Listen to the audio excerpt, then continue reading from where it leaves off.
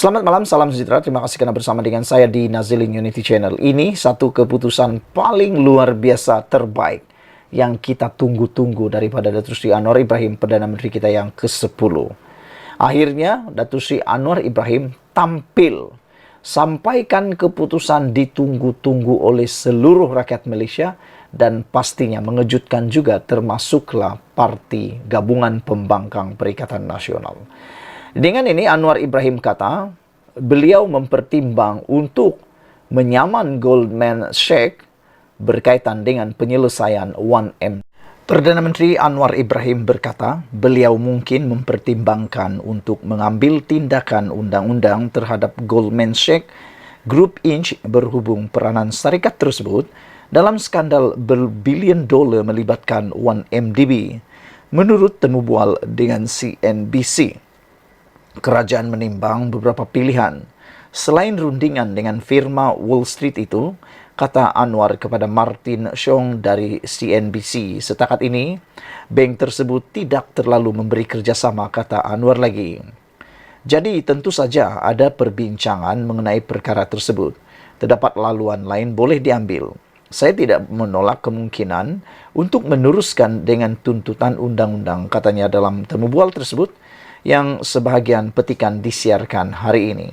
Namun kata Anwar, isu tersebut adalah kompleks dan tindakan undang-undang di Amerika Syarikat membabitkan kos yang tinggi bagi kerajaan. Tetapi ada anda mencuri daripada rakyat, saya perlu mendapatkannya semula, kata Anwar Ibrahim lagi.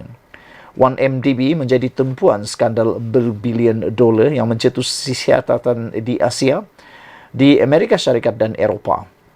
Pada tahun 2020, Goldman Sachs mengakui peranannya dalam kes rasuah asing terbesar dalam sejarah penguatkuasaan Amerika Syarikat dengan mencapai beberapa penyelesaian antarabangsa bernilai berbilion dolar untuk mengakhiri siasatan berkaitan pengumpulan dana bagi 1MDB.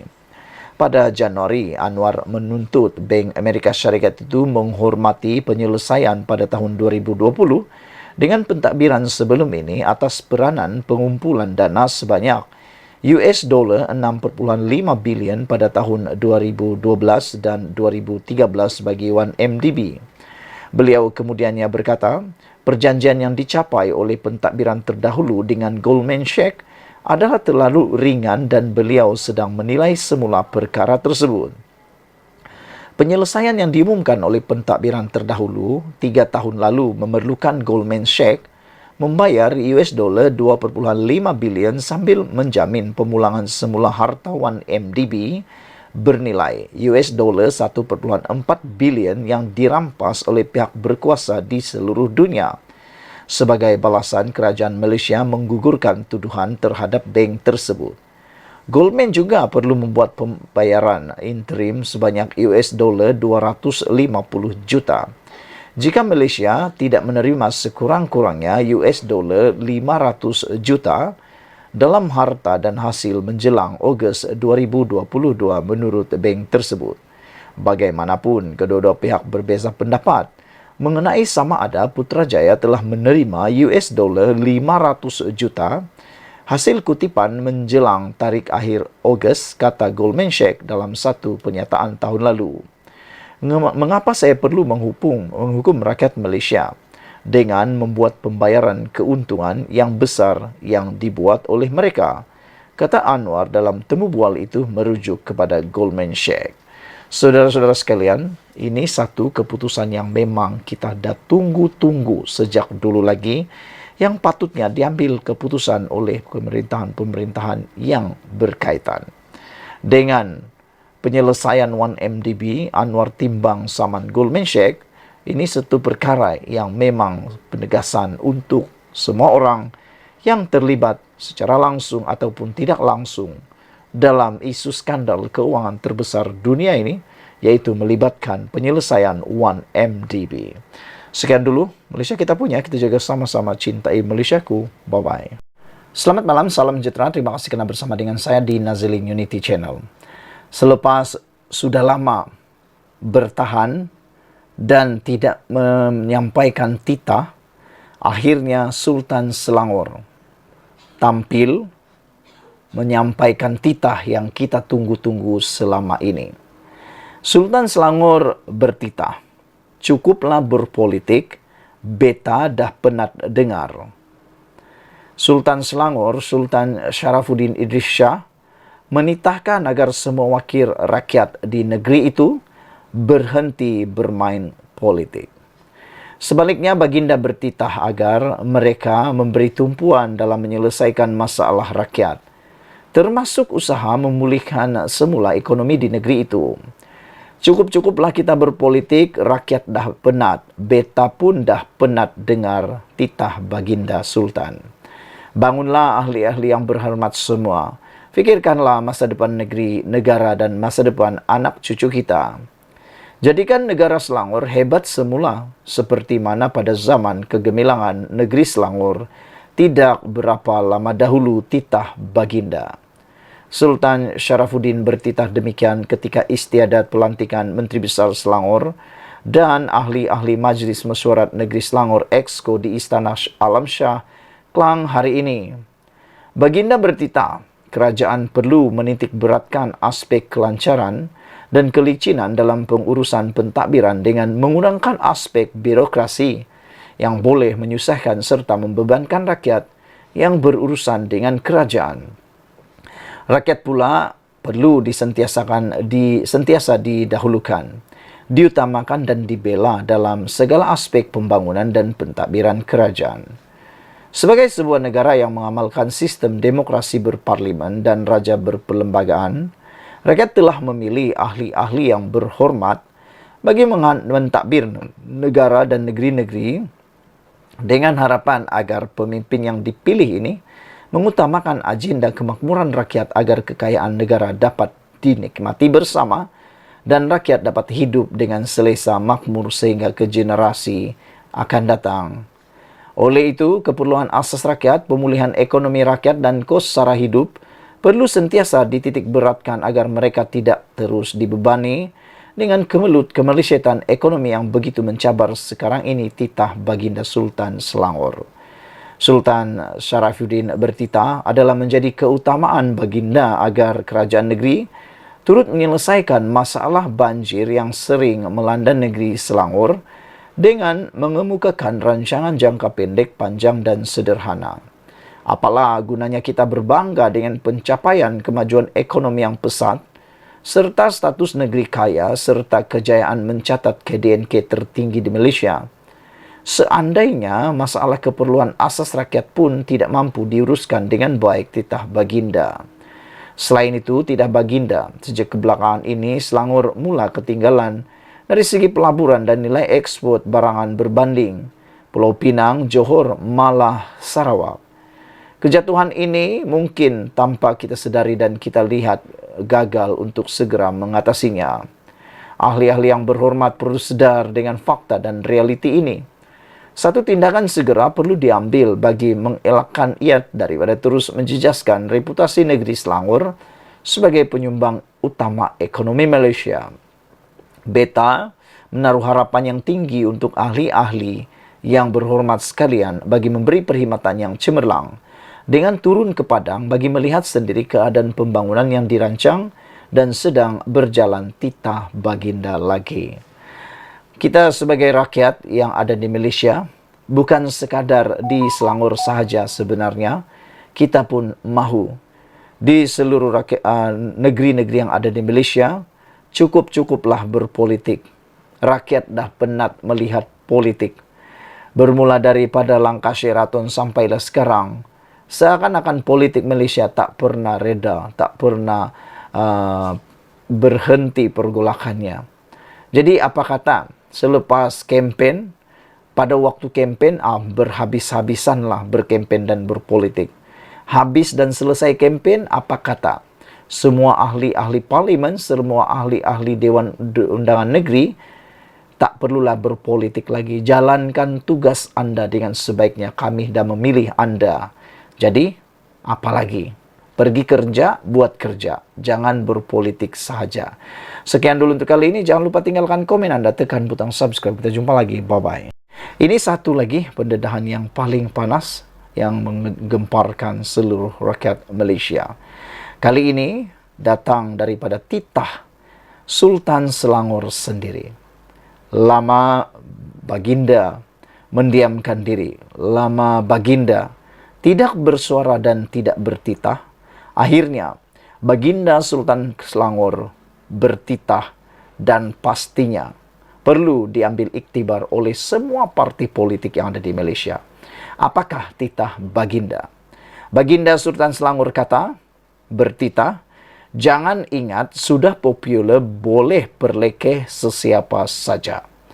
Kita tidak berapa dapat memastikan siapa yang Baginda maksudkan ini. Yang mana sudah popular boleh perlekeh sesiapa saja. Baginda mengingatkan kepada semua orang, jangan ingat sudah popular, boleh pula perlekeh sesiapa saja. Sultan Selangor, Sultan Sharafuddin Idris Shah, hari ini menggesa semua ahli politik berhenti daripada amalan mencaci dan sebarang tindakan yang boleh menjejaskan keharmonian masyarakat. Sebaliknya, titah Baginda, tumpuan perlu diberikan kepada usaha memajukan kehidupan rakyat dan memakmurkan negara. Menurut Sultan Sharafuddin, tindakan ahli politik yang menggunakan kata-kata kesat lagi biadab menunjukkan ketika ini perasaan hormat mereka kepada institusi diraja semakin terhakis. Sikap biadab mereka ini telah melangkaui batas-batas dan nilai kepribadian orang Islam dan Melayu yang sering dipelihara titah Baginda. Ingatlah, jangan kerana kita menyangka bahawa kita cukup popular di kalangan rakyat sehingga bertindak memperlekehkan sesiapa yang tidak sehaluan dengan fahaman politik masing-masing. Malah sanggup pula hadir ke negeri Selangor dengan melemparkan cacian melampaui batas titah Baginda. Kemana hilangnya budi bahasa? Ini bukan budaya kita, khususnya orang Melayu, untuk menghina sesiapapun khususnya di kalangan khalayak ramai titah Baginda. Sultan Sharafuddin bertitah demikian pada majlis mengangkat sumpah jawatan Menteri Besar Selangor dan anggota Exco Kerajaan Negeri di Istana Alam Shah, Kelang hari ini. Adun Sungai Tua Amiruddin Syari hari ini diperkenankan oleh Sultan Sharafuddin untuk dilantik semula sebagai Menteri Besar Selangor buat penggal kedua. Peliharalah adab dan susila kita. Apatah lagi apabila kita bertandang ke negeri atau rumah orang titah Sultan Sharafuddin lagi. Pada 18 Julai lalu, Menteri Besar Kedah, Muhammad Sanusi Maknor didakwa di Mahkamah Session Selayang atas satu pertuduhan mengeluarkan kata-kata menghasut berhubung pelantikan Amiruddin. Jauhi amalan rasuah, ahli jawatan kuasa PAS pusat itu berkata demikian semasa menghadiri ceramah politik di Stadium Selayang, Selangor. Sanusi mendakwa seorang sultan yang hebat tidak akan melantik orang seperti Amiruddin sebagai Menteri Besar. Selain menganggap Amiruddin sebagai cokia, Sanusi juga menggelar naib Presiden PKR itu sebagai inci pun tak berapa nak cukup. Ia mendorong pelbagai pihak termasuk ahli Dewan Diraja Selangor membuat laporan polis dan menggesa tindakan diambil ke atas Sanusi. Sanusi juga berdepan satu lagi pertuduhan membabitkan institusi diraja apabila dia didakwa mengeluarkan kata-kata menghasut berhubung isu penubuhan kerajaan perpaduan. Dia didakwa mengeluarkan kenyataan menghina yang di Pertuan Agong apabila mempertikai penubuhan kerajaan perpaduan yang kononnya tidak dititahkan Seri Paduka Baginda. Sanusi, 48 tahun, mengaku tidak bersalah atas kedua-dua pertuduhan berkenaan. Sultan Sharafuddin turut bertitah, semua wakil rakyat perlu menjaga integriti masing-masing dan hal itu sudah diperingatkan oleh Baginda berkali-kali. Pun begitu titahnya, ia perlu ditekankan sekali lagi agar ia tiada perbuatan yang tidak diingini berulang. Jauhilah diri dari segala perbuatan rasuah dan penyalahgunaan kuasa bagi kepentingan diri sendiri atau pihak-pihak tertentu semasa melaksanakan tugas mentadbir negeri titah Baginda Sultan Selangor lagi. Yang menariknya dalam titah Baginda ini ialah peliharalah adab dan susila kita. Apatah lagi apabila kita bertandang ke negeri orang atau rumah orang, titah Sultan Syarafuddin. Saudara-saudara sekalian, kemana hilangnya budi bahasa? Ini bukan budaya kita, khususnya orang Melayu, untuk menghina sesiapapun, khususnya di khalayak ramai, kata atau titah Sultan Selangor. Ingatlah, jangan kerana kita menyangka bahwa kita cukup populer di kalangan rakyat sehingga bertindak memperlekehkan sesiapa yang tidak sehaluan dengan fahaman politik masing-masing, malah sanggup pula hadir ke negeri Selangor dengan melemparkan cacian melampaui batas titah Sultan Selangor.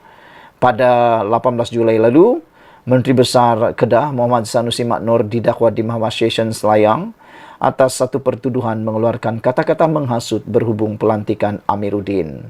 Sanusi mendakwa seseorang sultan yang hebat tidak akan melantik orang seperti Amiruddin sebagai Menteri Besar.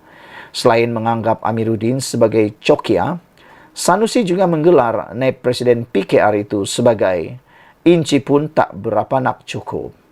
Ia mendorong pelbagai pihak dan yang paling mengejutkan kita, termasuklah ahli Dewan Diraja Selangor, membuat laporan polis dan menggesa tindakan diambil ke atas Sanusi.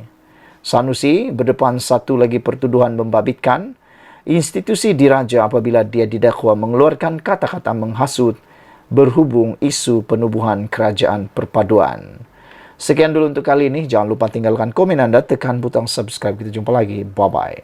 Selamat petang, salam sejahtera. Terima kasih karena bersama dengan saya di Nazilin Unity Channel. Saudara-saudara sekalian, ini satu kejutan luar biasa daripada anak Datuk Seri Anwar Ibrahim, Perdana Menteri kita, yaitu Nurul Izzah. Lama tak bercakap, lama tak muncul, bahkan tidak dicalonkan dalam pilihan raya PRN 2023 yang lepas. Dan disangkakan, ramai menyangka bahwa Nurul Izzah mungkin akan dicalonkan di Dewan Undangan Negeri di Pulau Pinang ataupun di Selangor atau Negeri Sembilan. Namun demikian, apa yang berlaku, tidak dicalonkan. Kenapa? Mungkin beliau memerlukan masa rehat kerana kita tahu beliau baru saja melahirkan cahaya mata beberapa bulan tahun lepas kalau saya tak silap, dan mungkin ini waktunya untuk muhasabah diri.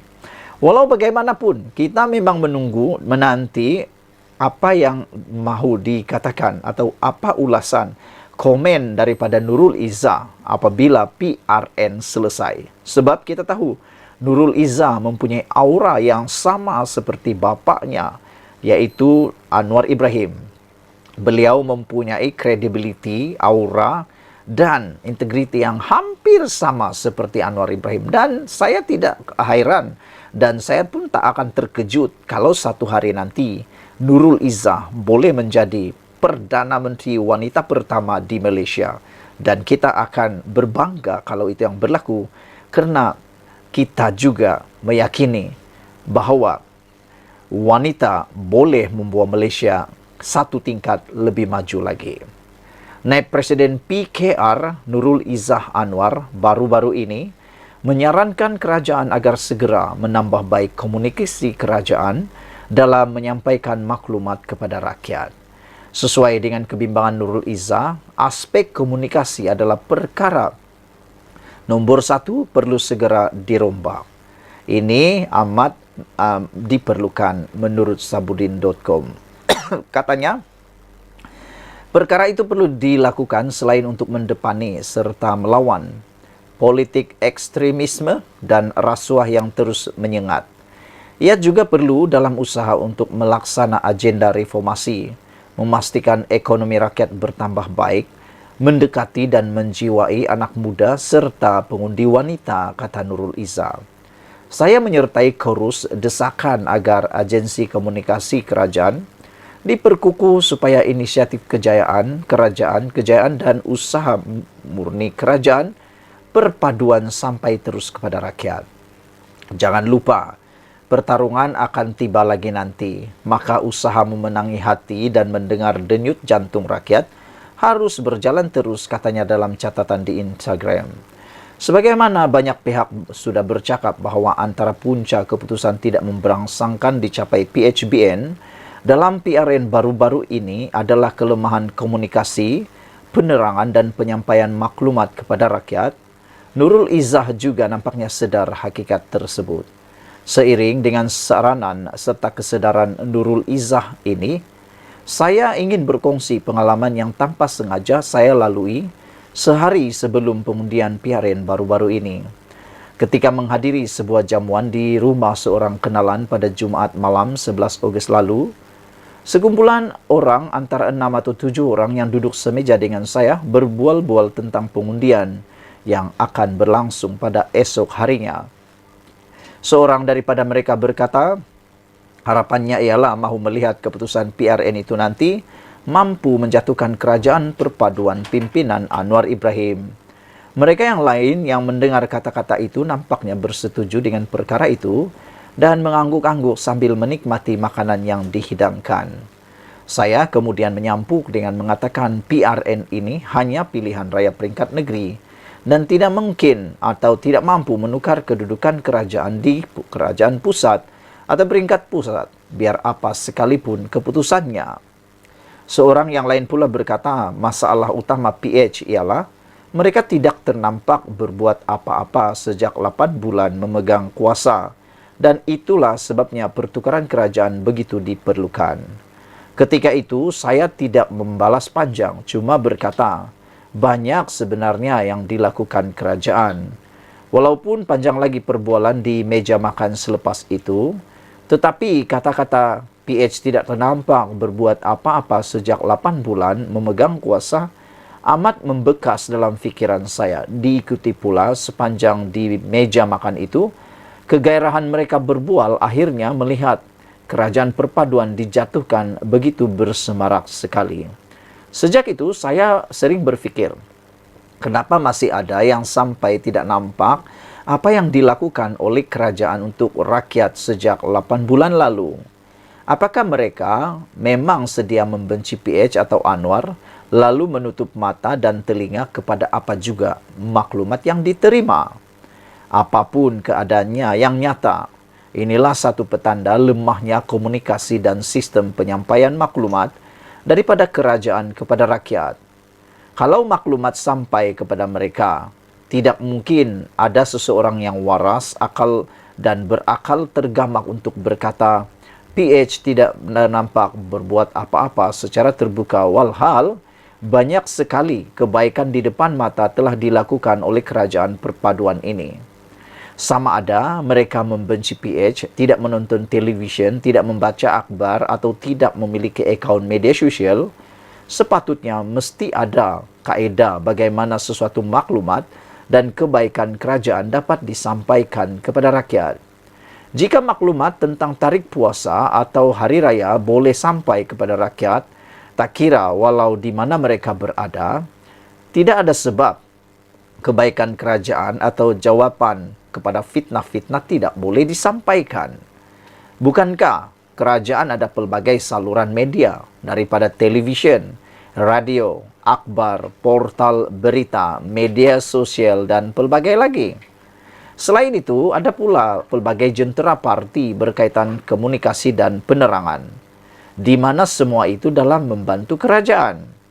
Ringkas cerita, susulan serangan berpenjangan kepada kerajaan perpaduan sejak 8 bulan lalu diikuti keputusan PRN 6 negeri baru-baru ini, jika ia merupakan wake up call agar segera bangun dan berlari untuk bekerja, maka perubahan dan rombakan yang paling awal wajib dilakukan ialah berkaitan komunikasi, penyampaian maklumat dan menjawab segala macam fitnah yang bertebaran. Dalam konteks komunikasi tersebut, mereka yang sedia ada daripada yang berjawatan menteri, ketua agensi, ketua pengarah dan lain-lainnya, semua itu harus segera diperbaiki, ditukar, diganti atau dipecat, mengikut keperluan dan kesesuaian, asal Anwar dapat dielakkan daripada ditumbangkan.